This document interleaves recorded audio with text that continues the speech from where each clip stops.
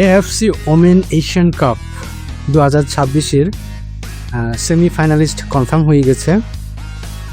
Australia, China, Japan এবং দক্ষিণ Korea.